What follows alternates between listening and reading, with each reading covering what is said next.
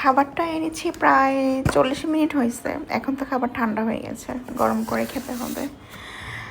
ঠান্ডা হয়ে যাওয়ার কারণ হচ্ছে গরম গরম খেতে পারিনি মেহেরিন। ঘুম থেকে মেহেরিন উঠে গেছে, খাবারটা আনার সাথে সাথেই ঘুম থেকে উঠে গেছে। ক্ষুধা লেগেছে আরও আগে, কি করব, মেয়ে ঘুমাচ্ছিল না, বাসায় একা কিভাবে খাবো। এখন ঘুমালো, তাই ভাবলাম গরম করে খাবারটা খেয়ে ফেলি।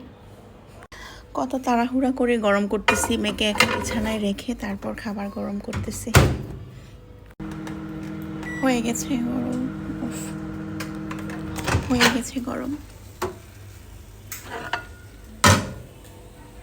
খাবারটা গরম করে নিয়ে আসলাম, এর মধ্যে আমার বর চলে আসছে। এখন কি হবে, আমি তো ওর জন্য খাবার অর্ডার করিনি।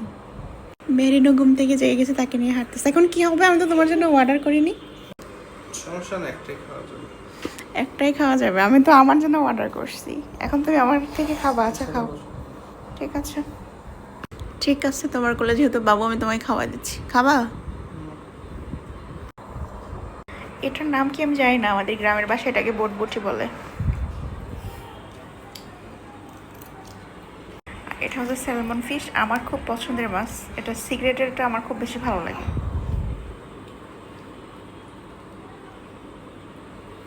আর এটা হচ্ছে আলু।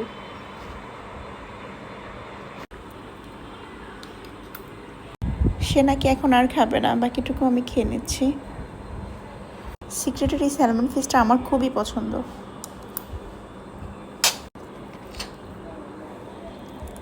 কোক হবে না তা তো হয় না।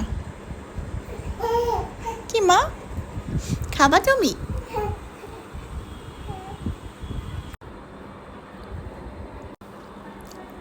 ঠিক আছে, এখন এই পর্যন্তই। আল্লাহ হাফেজ।